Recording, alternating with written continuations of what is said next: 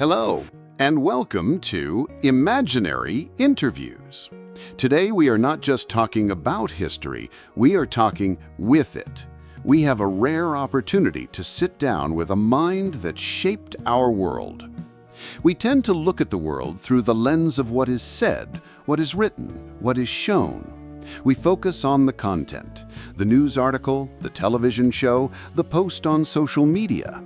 We believe that the ideas, the stories, and the arguments are what truly shape our lives, what inform our opinions, and what change our society.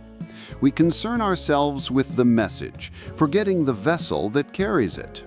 But what if the vessel itself is the most powerful force of all?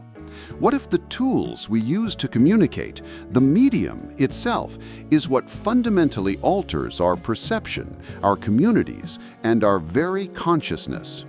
Our guest today is the man who first made this profound observation, a visionary who saw that the form of our media is not a neutral container, but a powerful shaper of our destiny. Born in Edmonton, Alberta in 1911, Herbert Marshall McLuhan was a Canadian professor, philosopher, and public intellectual who became one of the most influential and controversial figures of the 20th century. After earning degrees from the University of Manitoba and Cambridge University, he embarked on a career that would make him a pioneer in the field of media studies. His early work focused on literary criticism and the impact of typography, but his thinking soon expanded to encompass the entire landscape of media.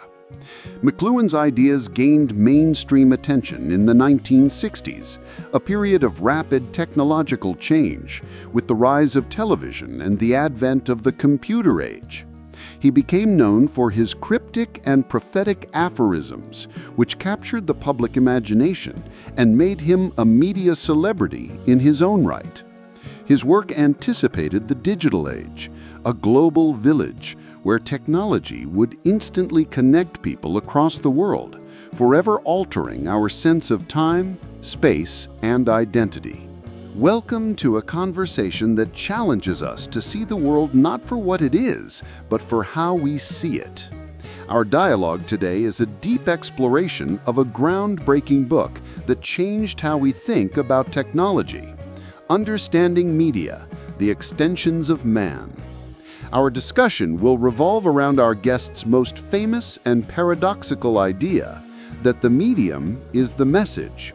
We will delve into his argument that it is not the content of a medium, but the medium itself that has the most profound and lasting impact on us as individuals and as a society. Professor McLuhan, thank you for joining us. Let's start with your most famous idea. What exactly do you mean when you say the medium is the message? It is a simple observation. The message of any medium is the change of scale or pace or pattern that it introduces into human affairs. The content of a letter is a story, but the message of the printing press is the mass literacy and the new patterns of thought it creates. The content of a movie is the film, but the message of the movie is that we are all now connected in a global village of visual experience. So, to put it simply, the real impact is in the medium's effect on us, not its content. Precisely. We are always so preoccupied with the content that we miss the profound changes the medium itself is making to our nervous systems, our culture, and our society. It is like a man who is so fascinated by the contents of a letter that he fails to notice he's being run over by a truck. The content of the truck is the driver and the passengers, but the message is the change in transportation, commerce, and urban life. You describe media as extensions of man. What do you mean by that? Our tools and our technologies are simply extensions of our physical and mental selves. The wheel is an extension of the foot. The book is an extension of the eye. The electronic media, radio, television, are extensions of our central nervous systems, which has profound implications. They are not merely passive devices. They are active shapers of our senses and our consciousness.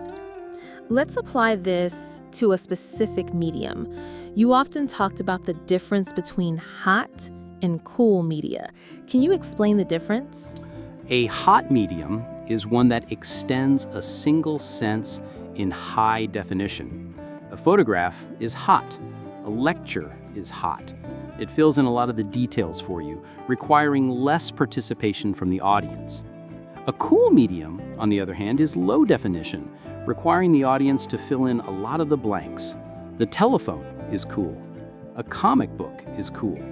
It demands a high degree of participation, of sensory completion from the user. And how do these different media types affect us? The effect is to change our sensory balance. A hot medium, like the radio or the film, focuses our attention on one sense, creating a kind of hypnosis.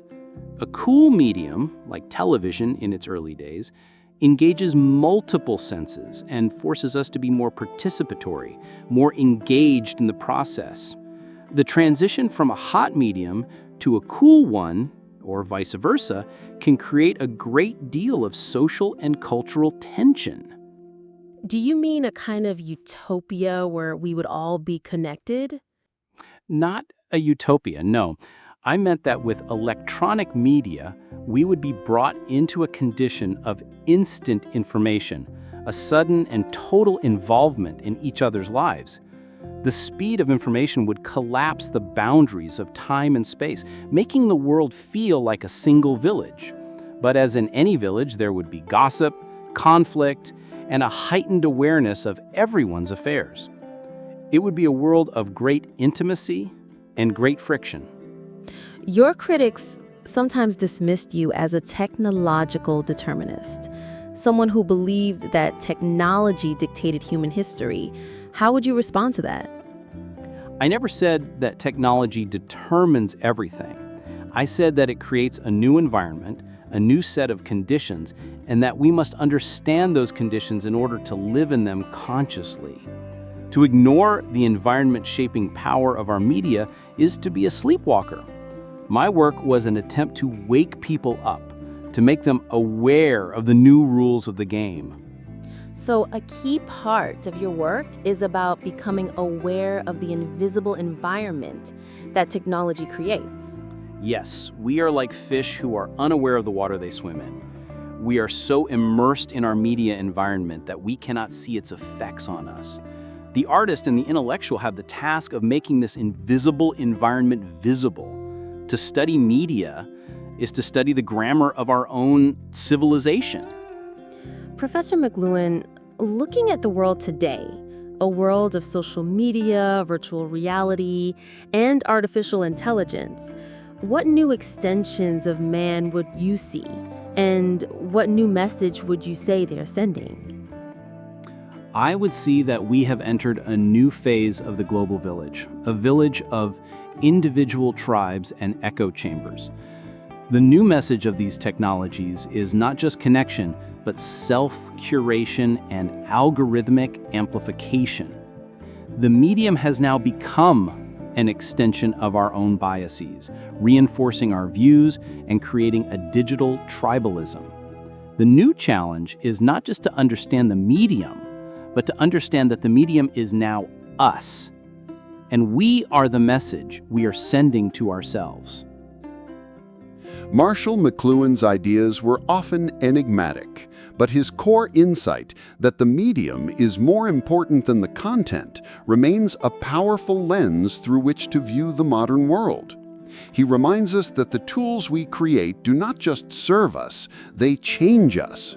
His concept of the global village, once a futuristic vision, is now our daily reality.